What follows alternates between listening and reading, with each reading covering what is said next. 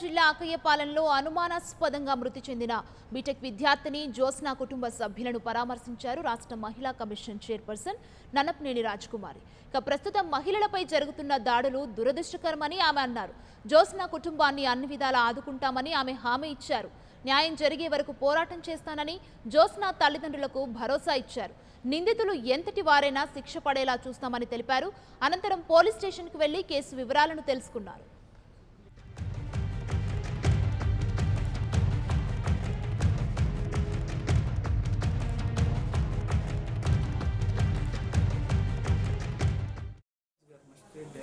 మేమంతా కూడా స్టేట్ మహిళా కమిషన్ ఉంది.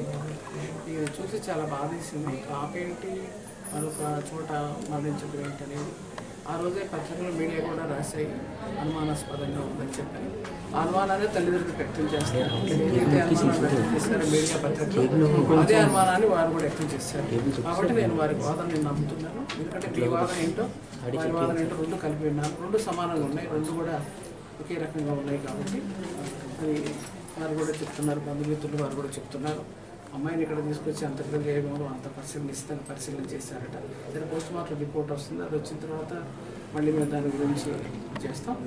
ఇప్పుడు మీరు చెప్పిన దాన్ని బట్టి మెడకి మామూలుగా హ్యాంగింగ్ తీసుకొచ్చి చాలా ఇలా వాలిపోతుంది. ఇక్కడ నుంచి ఇట్లా రావాలి, క్రాస్గా అయితే అవుతుంది, ఇక్కడ వరకే ఉందని చెప్పినప్పుడు రెండోది ముందు అయితే బాగా నలిగి కంటిపోయినాయని కూడా చెప్తున్నారు.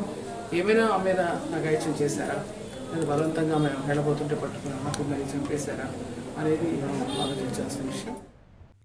For more updates, please subscribe 99 TV Telugu.